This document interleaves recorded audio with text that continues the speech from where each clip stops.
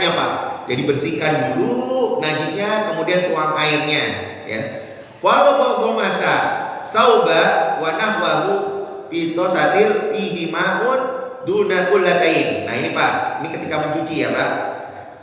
Kemudian seandainya ya merendam pakaian atau semisalnya ya, fitosatin di dalam sebuah ember filmaun ya, duna kullaitaini ya, kalau kurang dari 2 kullah. Ingat ya, 2 kullah itu 214 liter Pak. Yang kita dalam mazhab Syafi'i kalau dianggap 2 kullah berarti airnya banyak. Kalau kurang dari 2 kullah airnya sedikit ya. Maka fasahihul ladzi qalahu jumhurul ashabi, maka pendapat yang sahih dari pendapat jumhur ulama-ulama mazhab Imam Syafi'i, pengikut-pengikut mazhab Imam Syafi'i, annahu la yathur. Jadi tidak suci Pak. Jadi gini Pak, perhatikan, kita selalu kalau mau cuci itu nyiapin airnya dulu atau pakaiannya dulu di dalam baru dikasih air Pak. Airnya dulu. Hah? Airnya dulu, sediain airnya dulu.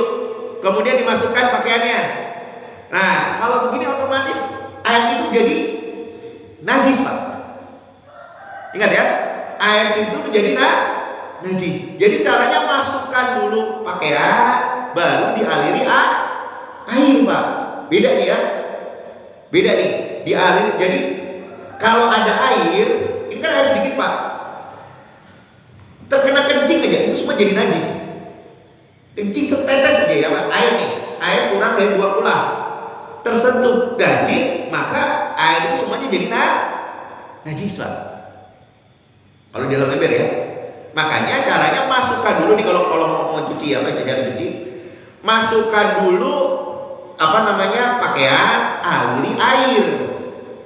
Kocok dulu. Pakai air biasa, jangan langsung air sabun Pak. Dikocok air sabun, jangan pakai air sabun dulu, dikocok dulu biasa. Ya, kemudian buang airnya, periksa lagi, baunya masih ada nggak?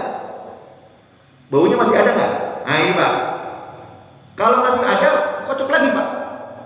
Ya, nah kalau baunya nggak ada, baru kita kasih air kembali, kemudian kasih sabun Pak. Itu cara-cara dalam mencuci Pak. Jadi jangan cuci langsung dengan sabun. Sama seperti kita lagi mandi junub. Ya, kesalahan kita kebanyakan adalah mandi junub langsung dengan sampo dan sabun. Ya kan, benar kan?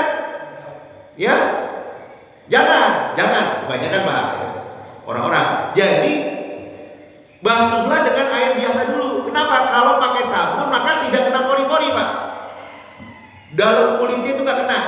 Dalam mazhab kalau kita mandi ya basuh seluruh kulit-kulit yang ada di permukaan ya. Permukaan ini gosok-gosok kalau perlu, bagian-bagian yang tidak terjangkau oleh air kita gosok Pak ya. Semua lubang-lubang harus terkena, termasuk lubang telinga. Ini lubang telinga sekarang kan dilupain Pak ya. Lubang semua harus kena, bahkan lubang yang paling bawah pun harus kena Pak ya. Bahkan ini Pak, kalau dalam wudu kan cukup dengan membasuh jenggot Pak. Tapi kalau kita junub ini semua harus kena sampai akar-akarnya Pak, kena air. Ini terkadang nggak kena air nih kalau jenggotnya lumayan lebat ya. Nah ini harus kena air Pak. Nah begitu juga ketika kita cuci Pak. Cuci itu kita harus memakai air biasa terlebih dahulu ya. Kemudian sampai baunya hilang. Karena ini najisnya dari ainiyah Pak. Karena bau itu bagian dari najis ainiyah. Karena kencing itu kan nggak kelihatan kotorannya, tapi baunya terasa. Ketika baunya sudah hilang, nah barulah kita tambahkan dengan sabun Pak. Sabun itu terakhir. Itu dalam mazhab semuanya seperti itu ya. Ketika mandi juga yang kita sampoan itu setelah selesai kita semua kena, baru kita pakai sabun dan sampo ketika mandi junub. Begitu juga kita mencuci pakaian ya. Jadi bersihkan dulu najis-najisnya sampai selesai, kemudian barulah kita memakai sabun untuk membersihkan. Nah itu Pak, itu cara mazhab. Di sini disampaikan di dalam kitab seperti itu. Ya, seperti itu. Oke.